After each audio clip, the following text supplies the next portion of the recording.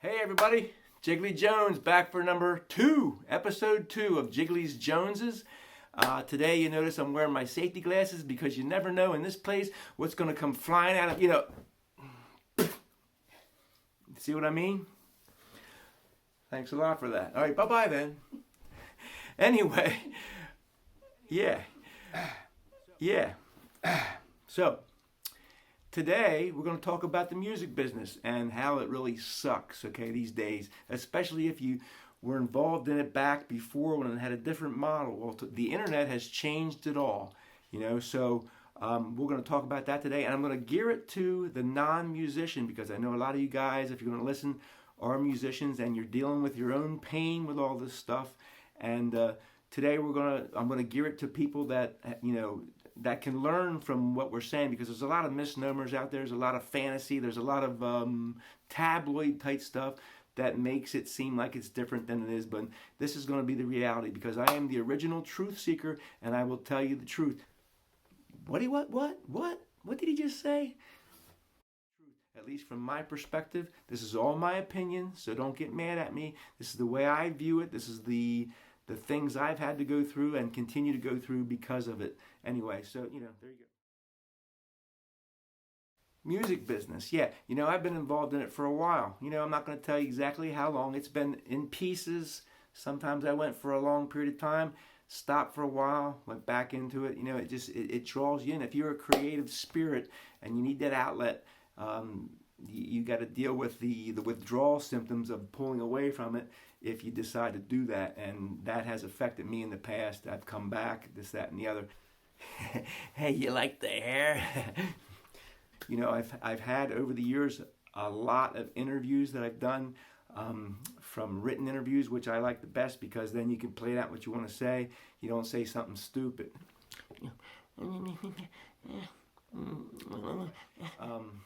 Radio, internet radio, blogs, vlogs, all that stuff I've been interviewed on, and 9 times out of 10, the first question that's asked me is, dude, what's with the name? Jiggley. You're killing me here. I mean, really? Here's the thing. Everybody seems to love it, okay? When I was born, this is what I've heard, I couldn't sit still. Everything I did, I moved. I constantly moved. And my mom decided that we've got to name this kid Jiggley. And, this is, Mom, I still hate you for it, but this is a name just kidding. Nah, you're pulling my leg. It's not a real name, but it is a real nickname, okay? As you can see, I'm wearing a shirt right now, and if I move in a little closer, you can see what my real name is, because there it is. It's plastered on my chest. Over here, this says Jiggley's Music. So, once I started this project, I decided to go with Jiggley because it's a little better than Brian. You have to catch the ear of the listener in this business, and you have to catch the eye of the beholder in this business. And the name Jiggley has gone over real well. It's something that sticks out, and you really got to do that in this world of craziness. Anyway, his hair had turned into bright white.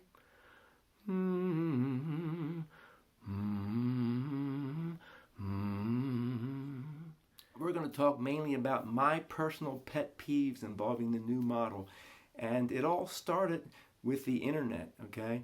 And the internet is the culprit behind what has changed in the music business. Some people think it's a great thing. Some people think it's not a great thing. I'm sort of 50-50 on it, in a way. Back in the day, and I hit on this a little bit in last week's episode, your main thing was the creation of your music and creating this package where you would get the photos and you'd have the bio and you would set up the live performance and you would go locally and you would do your live performance and create a buzz locally. And it was simple like that. It was a simple formula, but most of your money went to this demo that you tried to make the best possible representation of your songs and what your sound was, and then you would take that and you would shop it to entities like managers, entertainment lawyers, producers, and they would be there to weed out all the stuff that was just noise. No, no, no, no, no.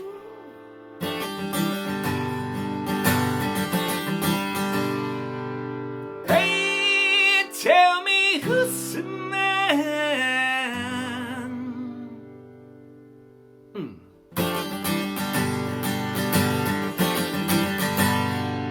Music. That's what it is. It's music. It's all about the music. So let's skip ahead to the modern version of the music business.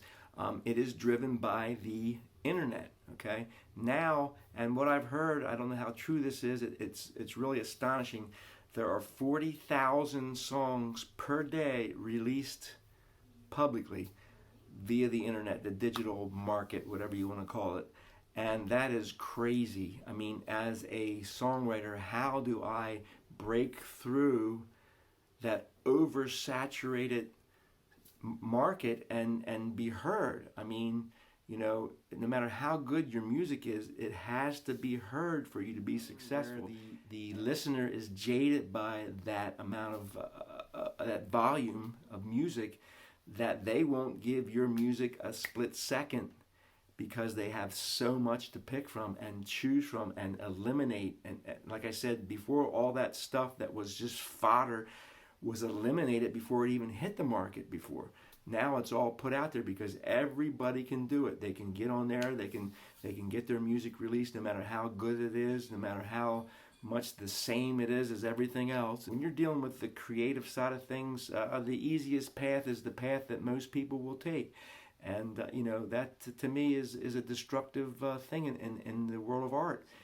The laziness of the creative artists these days, and this will go into a few different things, but first of all, the originality factor is really missing, and I think it's going to become less and less as we go. You know, the Led Zeppelins of the world will no longer be out there to be discovered because of this, you know, this thing where the music isn't as important as the promotional part of it anymore, and getting your name. You work so hard at getting your name out there, and you forget about the fact that this is about the essence of music. Come on.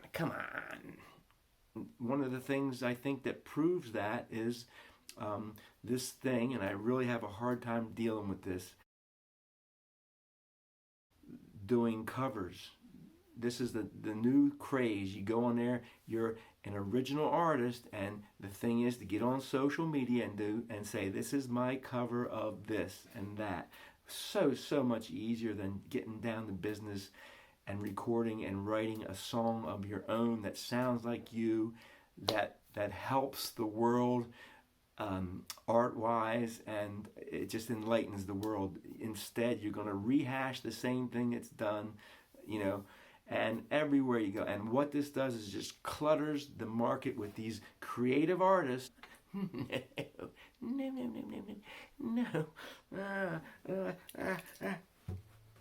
Oh, you're killing me here. I'm not talking about cover bands, okay? That's a whole different thing. They're part of the bar business. They're not part of the music business. That's cool. That's fun. Go do it. Have fun. That's great. That's something different. You always hear this term about, you know, you need money to make money, okay? The difference between an independent artist and, let's say, somebody who's signed to a major label is the independent artist doesn't have the money. Most of the time you don't, and you need money, all right? And there's the difference. And, you know, when I'm talking about money, I'm talking about radio promotion, tour support, things like that. And this is the thing that really makes it tough for indie artists.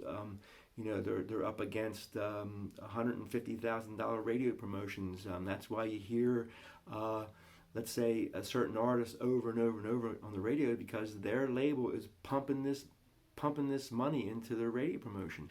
The indie artist doesn't have that. You don't have $10,000, let alone $100,000 to put in the radio promotion. And that's expensive to do. Okay, so you know, it's not about like anymore. And don't get me wrong, there's an exception to every rule, but for the most part, it's not about this fallacy about how, somebody got discovered because this guy slipped this guy a disc and said, hey man, check out my song. And this guy's a DJ on some big radio station, and he plays it and the whole world loves it, and the sky's the limit. It don't work like that. It don't work like that. The reality is the radio...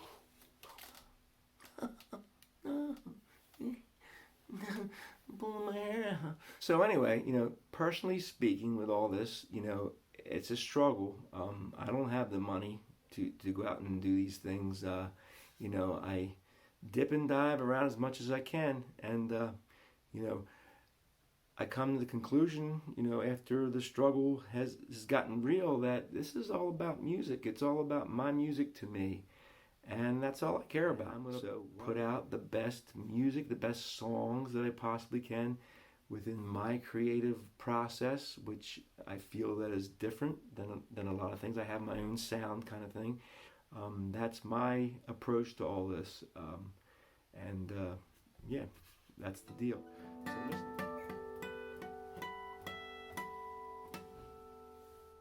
All right, so next week, episode 3, we'll be back together. Hopefully this thing will get better and better as it goes. I'm looking forward to it. Maybe you can spur me on by giving me some ideas. Check out Jiggley Jones. I mean, I'm on Spotify. I'm on all the digital, musical delivery systems. And, what else you going to call it? Google search me, man. See you next week for episode 3. Let's do that. Okay? Drive safely. Yeah, you left me kicking it back a while. Sit on down.